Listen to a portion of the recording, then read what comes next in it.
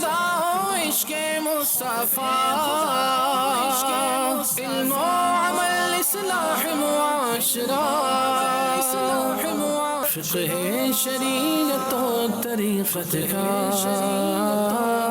ہے مجموعہ مدنی مذاکرہ، ہے مجموعہ مدنی مذاکرہ،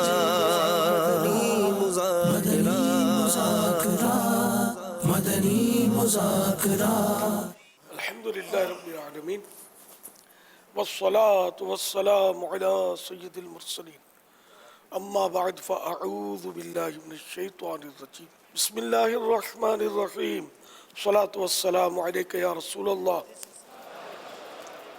وعلی آلک واصحابک یا حبیب اللہ، صلاة والسلام علیکہ یا نبی اللہ وعلی آلک واصحابک یا نور اللہ،